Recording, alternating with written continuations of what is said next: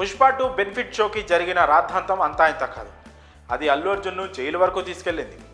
ఈ విషయం తెలుగు రాష్ట్రాలతో పాటు దేశవ్యాప్తంగా సంచలనం సృష్టించింది. ఓ మహిళ చనిపోవడం బాధాకరమే అయినా దానికి బన్నీని బాధ్యుని చేయడం అనేది ఎవరు ఒప్పుకోవడం లేదు. ఈ క్రమంలో ప్రభుత్వం నెక్స్ట్ రాబోయే సినిమాల బెనిఫిట్ షోస్ విషయంలో కొన్ని నిబంధనలు విధించిన సంగతి తెలిసిందే.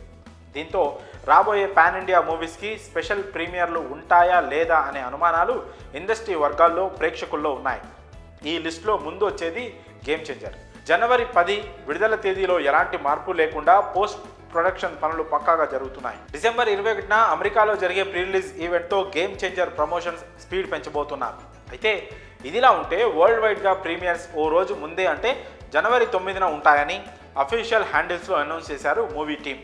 ఇప్పుడు ఇది కాస్త అందరికీ ఆశ్చర్యాన్ని కలిగిస్తోంది. సాధారణంగా యూఎస్ షెడ్యూల్ ప్రకారం అయితే ఏ సినిమాకైనా మనకన్నా డేట్ ఒక రోజు ముందే వస్తుంది. కానీ పోస్టర్లో వరల్డ్ వైడ్ అన్నారు కాబట్టి అన్ని చోట్ల అనే అర్థం వస్తుంది. మరి దానికి ప్రభుత్వాలు అనుమతిస్తాయా అంటే సాంకేతికంగా ఛాన్స్ ఉందని చెప్పాలి.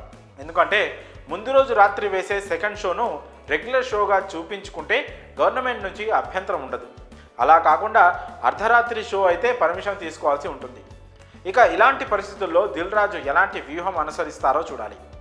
గేమ్ చేంజర్కున్న డిమాండ్ని బట్టి చూస్తే ప్రీమియర్లు వేయడం వలన సినిమాకు బెనిఫిట్గానే ఉంటుంది. కాకపోతే సంధ్యా 70mm ఉదంతం తర్వాత తెలంగాణ సర్కార్ సీరియస్గా ఉంది. పోలీస్ శాఖ సైతం అంత ఈజీగా పర్మిషన్లు సెక్యూరిటీ ఇచ్చేలా లేదు. అసలే సంక్రాంతి సీజన్, వరుస సెలవులు, ముందుగా రిలీజ్ అయ్యే అడ్వాంటేజ్ ఇవన్నీ వాడుకోవాలంటే గేమ్ చేంజర్కు ప్రత్యేక వెసులుబాట్లు దక్కాలి. అప్పుడే ఈ సినిమా లెక్కల్లో అనుకున్న టార్గెట్ని రీచ్ అవుతుంది. ఇలా ఎటు చూసినా గేమ్ చేంజర్ దాటి వెళ్లాల్సిన అడ్డంకులు చాలానే కనిపిస్తున్నాయి. మరి మూవీ టీం ఏ విధంగా ప్లాన్ చేస్తుందో చూడాలి. మరి ఈ విషయంపై మీ అభిప్రాయాలను కామెంట్స్ రూపంలో తెలియజేయండి.